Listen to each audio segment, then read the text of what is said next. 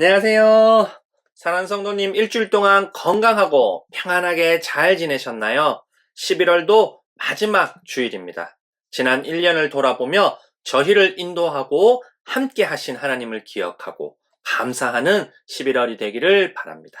이번 한 주간도 아프거나 다치지 않고 건강한 한 주 보내시기를 간절히 바랍니다. 오늘은 에스라 6장 3절에서 5절 고레스 왕 1년에 왕께서 예루살렘에 있는 성전에 관하여 칙령을 내리시다. 희생 제사를 드리던 바로 그곳에 성전을 다시 세워라.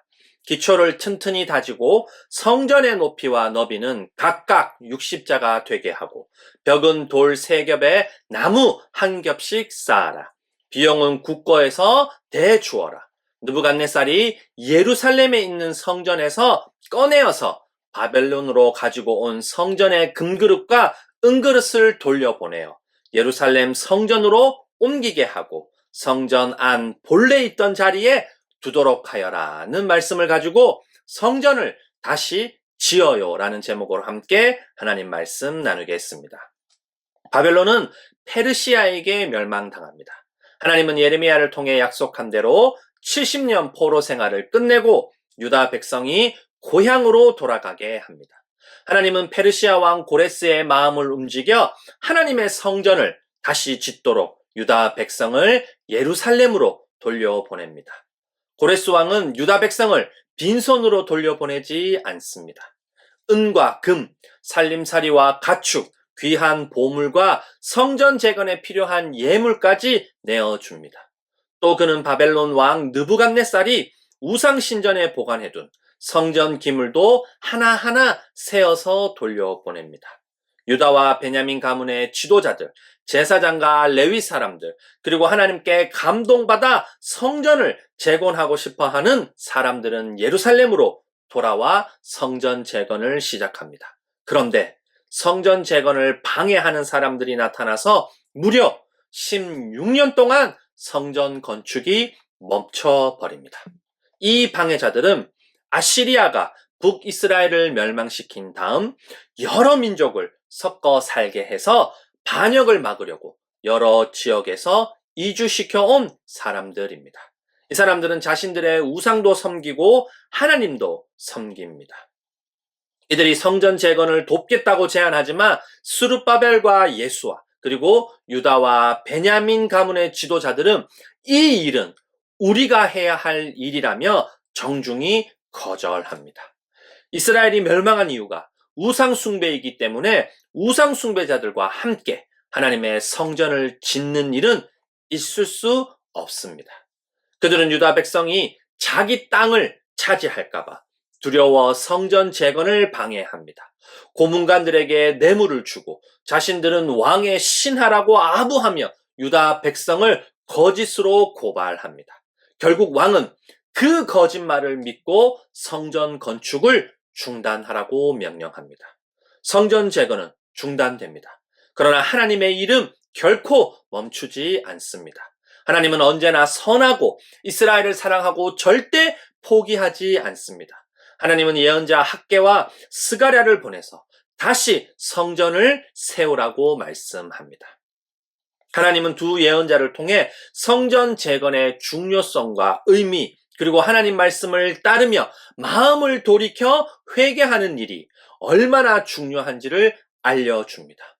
그 말씀을 들은 유다 백성은 다시 용기를 내어 성전을 짓기 시작합니다.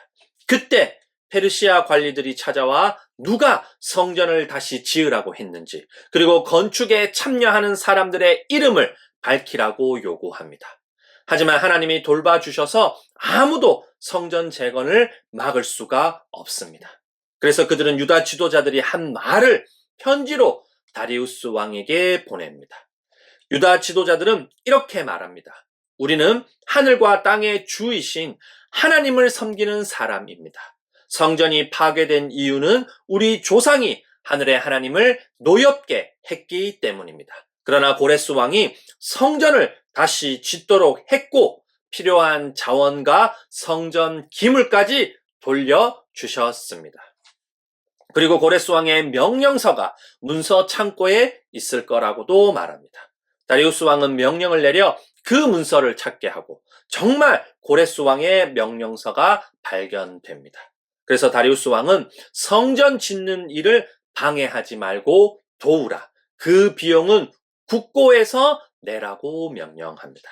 또한 하나님께 번제를 드릴 때 필요한 모든 것도 지원하라고 명령하고 이 명령을 어기거나 성전을 파괴하는 자는 왕과 하나님의 심판을 받을 것이라고 경고합니다.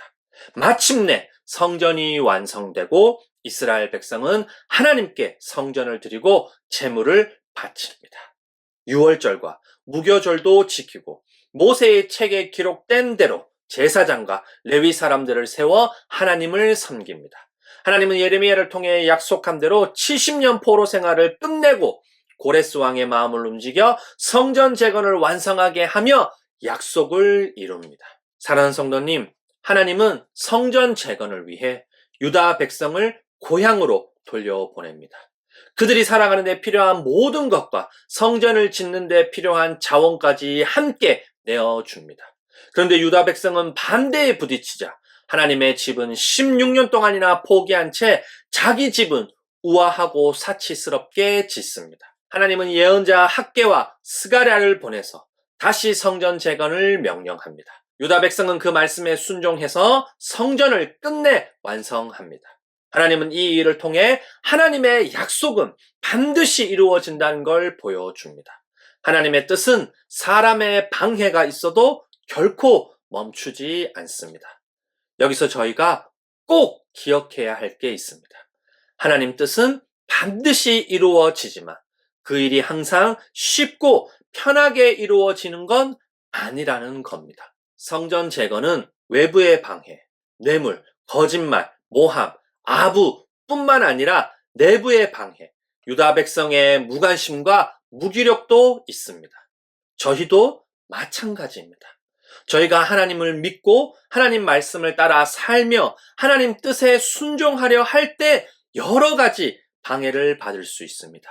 직장, 공부, 게임, 유튜브, 드라마, 학교, 사람과의 관계, 약속, 자격증, 시험, 경제적 문제 등 외부 방해를 받을 수 있습니다. 하지만 가장 큰 방해는 바로 저희 자신입니다. 외부 방해가 있다고 해도 결국 그것을 선택하는 건 저희 몫입니다. 저희는 하나님을 사랑하고 사람을 소중하게 여기고 세상을 아름답게 돌보는 것보다 저희 기분, 저희 생각, 저희 계획을 우선합니다. 저희에게 가장 큰 우상은 바로 저희 자신입니다.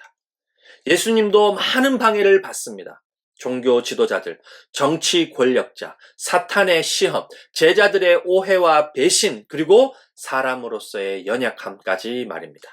그러나 예수님은 끝까지 하나님을 가장 우선해서 사람을 구원하고 세상을 회복하려는 하나님 약속과 뜻을 온전히 이루십니다. 요한복음 19장 30절과 고린도후서 1장 20절을 함께 읽어보겠습니다. 예수께서 신포도주를 받으시고 다 이루었다 하고 말씀하신 뒤에 머리를 떨어뜨리시고 숨을 거두셨다. 하나님의 모든 약속은 그리스도 안에서 예가 됩니다. 그러므로 그리스도로 말미암아 우리는 아멘 하면서 하나님께 영광을 돌리는 것입니다. 사랑하는 성도님, 예수님은 자신의 모든 삶을 하나님께 드립니다. 하나님을 가장 우선에 두고 사람을 구원하고 세상을 회복하기 위해 이 땅에 오고 이 땅에서 살고 십자가에서 죽고 장사 지낸 바 되고 부활하고 승천하셔서 다시 오실 겁니다. 예수님이 하나님을 우선하고 하나님 약속과 뜻을 완전히 이루셨기 때문에 저희도 하나님을 우선하며 하나님 약속과 뜻을 이루며 살아갈 수 있습니다. 이제 저희는 선택해야 합니다. 하나님을 저희 삶의 가장 우선순위로 둘지 아니면 저희 자신을 더 우선할지 말입니다. 저희 선택에 따라 저희는 하나님을 예배하는 사람이 될 수도 있고 자신을 앞세우는 우상 숭배자가 될 수도 있습니다. 예수님처럼 하나님을 가장 우선에 두고 하나님 약속과 뜻인 사람 구원과 세상 회복을 위해 살아가는 저희 모두가 되기를 간절히 소원합니다.